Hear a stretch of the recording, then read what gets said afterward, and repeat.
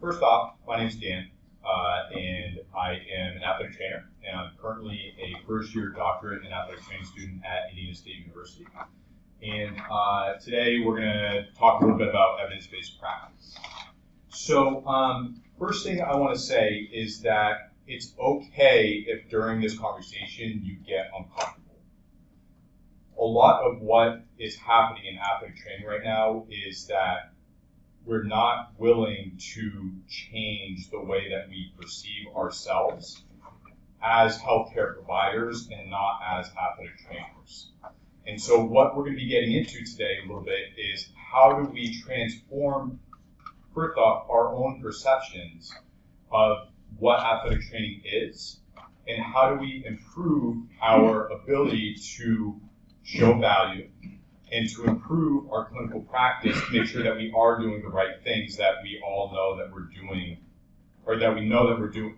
We're already doing the right things. We just want to make sure that we know we're doing the right things. Does that make sense? Kind of wordy. Second thing is, if you have any questions, like we're in the middle of a slide or whatever, just stop me. This is really, I want to make this as informal as possible, even though JP turned off the lights, which doesn't seem real. Sorry. Turn it back on. So first what I'd like to do is just go around the room. I met Lou, Pat.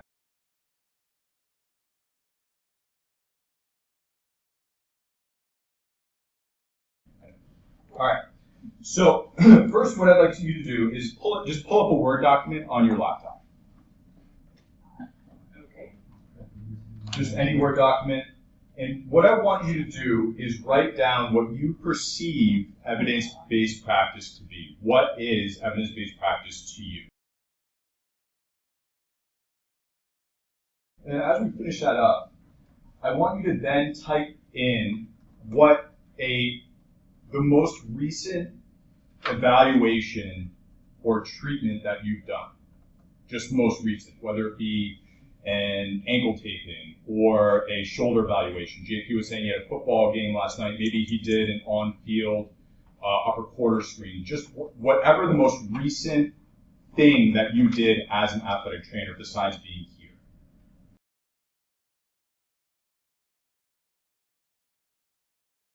And lastly, what I'd like to do is just go around the room and get a sense of when did people go through their, first off, where did you go to school? And when did you graduate? Or if you didn't go to school and you went through the internship program, let me know. So agree.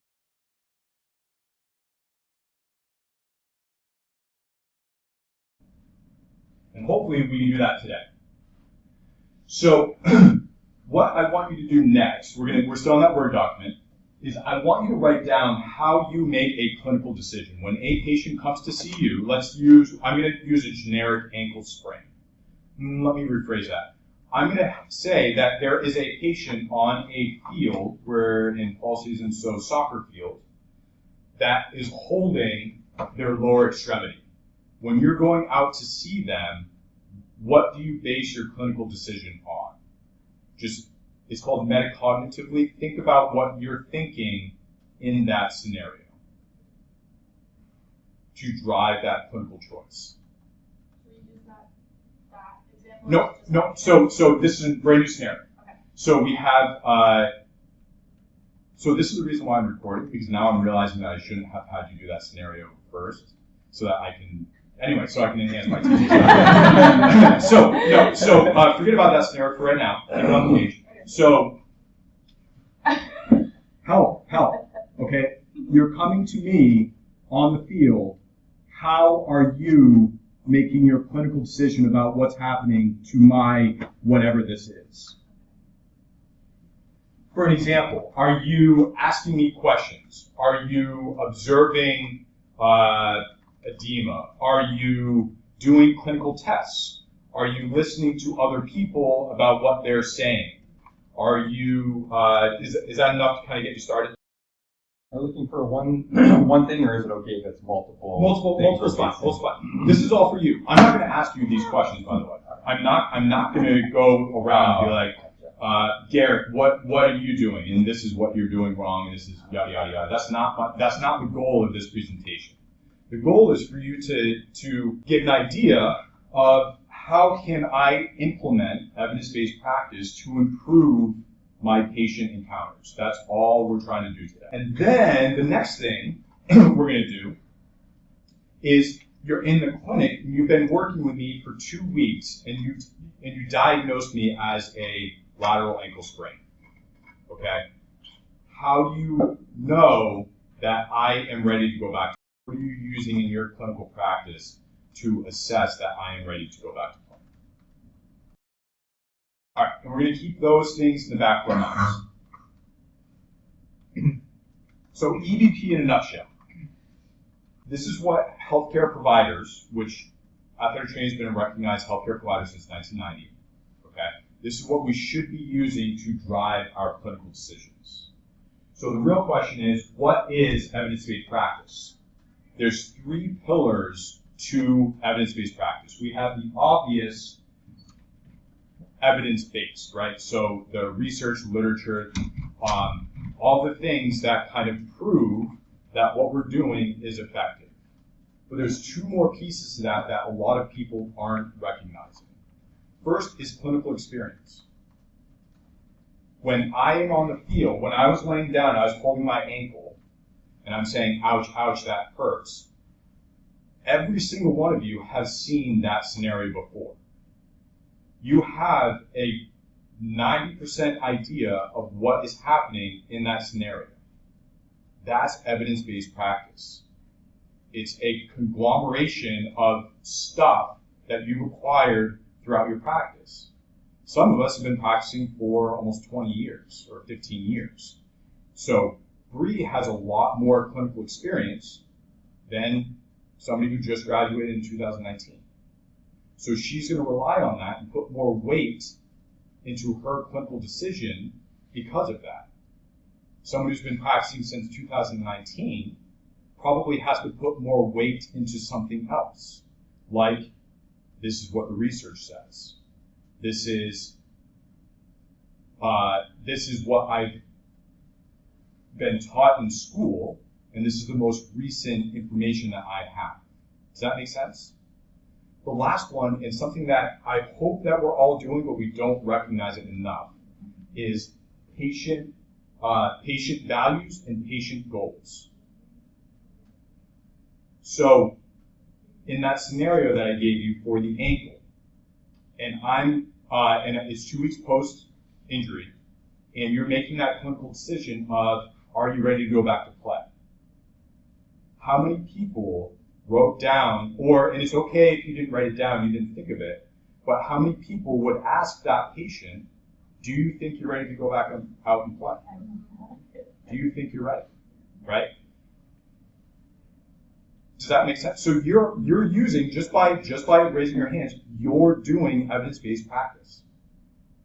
Period. If you ask that patient, what are your goals and what are your values? Sometimes some people are just in it for the sweatshirt, right? They don't want to go back out to play. They don't want to get hurt again. And that's okay. They need to be a part of that environment. That's okay for them, right? Your job isn't to get them out to play quickly or even to get them out to play. It's to make them the best and healthiest person that they can be as a healthcare provider. Does that make sense? And then on top of that, we have our clinical experience to say, I think you probably can start doing some running, jogging, twisting stuff. And then on top of that, you can say, here's the evidence to back that up. And this is the evidence-based stuff that we're going to do to get you back into doing some form of movement. Okay? Does that make sense?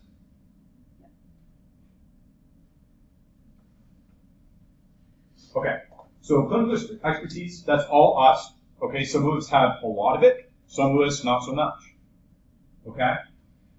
So remember that every patient is different in the way that their values and their goals and their personality is, but physiology is basically the same, right? Physiology, anatomy, it's all basically the same. Healing times, maybe a day between people, but in general, in a younger athletic population, we can generally say that an ankle sprain, a grade 1 ankle sprain, will probably return to play without any limitations within 2 to 4 weeks, right? with very low risk of re-injury at that 2 to 4 week mark. And then grade 2 ankle sprain. But how do we differentiate between the two? That's our clinical expertise. Okay?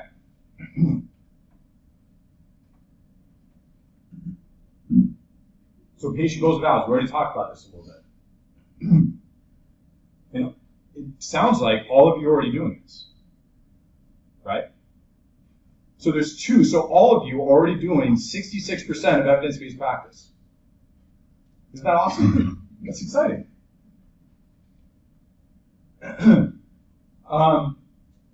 One thing, and I think, yes. So one thing that I want to make sure that we take home from today as well is, are we documenting those patient values? When you're asking, are you ready to go back out to play, and they answer yes or no, do you document that?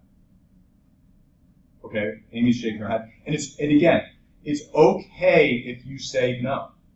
That's why I'm here, is to help drive you to think about these things. Okay? I'm not saying that you're doing it wrong. I'm saying that we can do it better.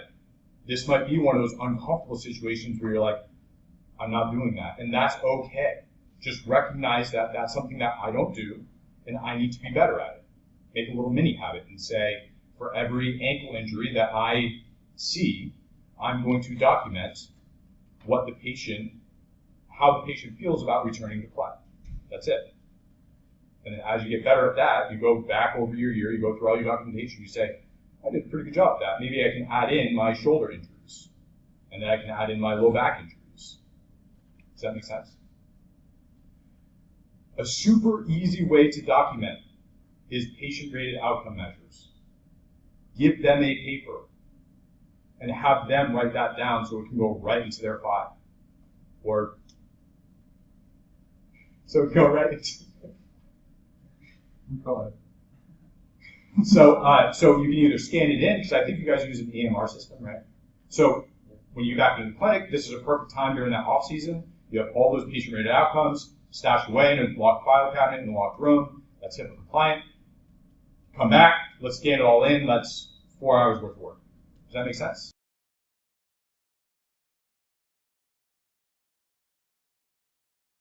Information, we're actually going to go through some of that today. Does that make sense? Questions? Super easy way to document is have the patient do it for you.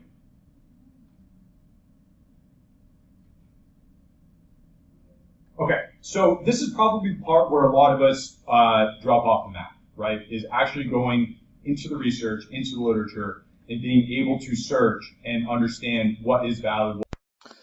Hi, Dr. Everman. That is where the video cut off for some reason. There wasn't a power outage or anything odd that would have caused that. But I just wanted to explain what I did and for the creative lesson. So I had one of my first questions was, who feels confident in evidence-based practice? Probably a third of the class raised their hand. There were 9 athletic trainers. And so at that point, I went through an hour evidence-based practice lesson. And in that lesson, I talked about patient-centered care and types of evidence, levels of evidence, how to find it. We practiced it a few times. And also, clinical experience as well, we talked about. So at that point, I then, at the end of the lesson, asked again, who feels more confident in evidence-based practice? Every athletic trainer raised their hands. I said, okay, now we're going to practice. And so what I did is I paired them off. One person left in the middle of the lecture, so there were actually an even numbers of 8. We started with 9.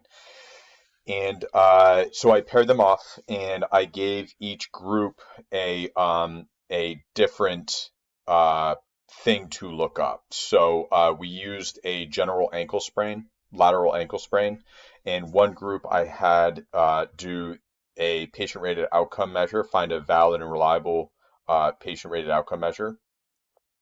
finding specific and sensitive selective tissue testing for a lateral ankle sprain, a screening tool. Ideally, I was trying to get them to find the Ottawa ankle rule, which they didn't. They actually found the Pittsburgh rule. So find a screening tool that's sensitive and specific to if you should send them for an X-ray. And the last group was immediate initial treatment and trying to find uh, an evidence-based prediction of how long a grade 1 lateral ankle sprain would take to rehab and return to play. So, so what was really interesting during that time is that they actually got really competitive with it. It took about 10 to 12 minutes for them to. One group was really, really fast. The patient-rated outcome group was super quick, and they were kind of harassing the rest of the other groups, which I actually felt like was fun in the way that they were communicating with each other because they obviously know each other very well. But actually, I had to kind of rein them back and be like, "Hey, can you?" I kind of pulled them off to the side and asked them, "So what did you find, and how did you find it, and was there anything else that you found interesting?" And they were like, "Oh no, we just found this." And I was like, "Well, let's dig a little bit deeper into it, and I want you to give a little bit better explanation of it." And then from that point, what we did, again, that took about 10 minutes, is we went around the room quickly and talked about what they found. And so we kind of made an evidence-based initial treatment algorithm for an evaluative algorithm for a grade 1 lateral ankle sprain. At the end of that, my objective was them to either learn, is this something my objective was for them to reflect on their own practice and see if they're practicing in an evidence-based way. And what was interesting is that 7 of them said, yes, that is what I do, except for the patient-rated outcome. And then the other 2 were like, this is going to change the way that I practice. So that was really neat to see that almost immediate response. So, and then after that, for the last 5 to 7 minutes or so, which it took longer than 20 minutes, but I was going to time lapse. We we went over their experience. We reflected on, how do you feel about evidence-based medicine? Is this something that you feel like you can do as a group or individually, and do you feel a lot more comfortable with it? And so my primarily learning objectives was for them to reflect on their experience of using literature to drive clinical decisions. Also to reflect on their clinical expertise and patient goals and values. Another objective of mine was for them to actually utilize evidence-based practice fully in a safe environment. And then lastly was for them to reflect on their own clinical practice and see if they can make improvements.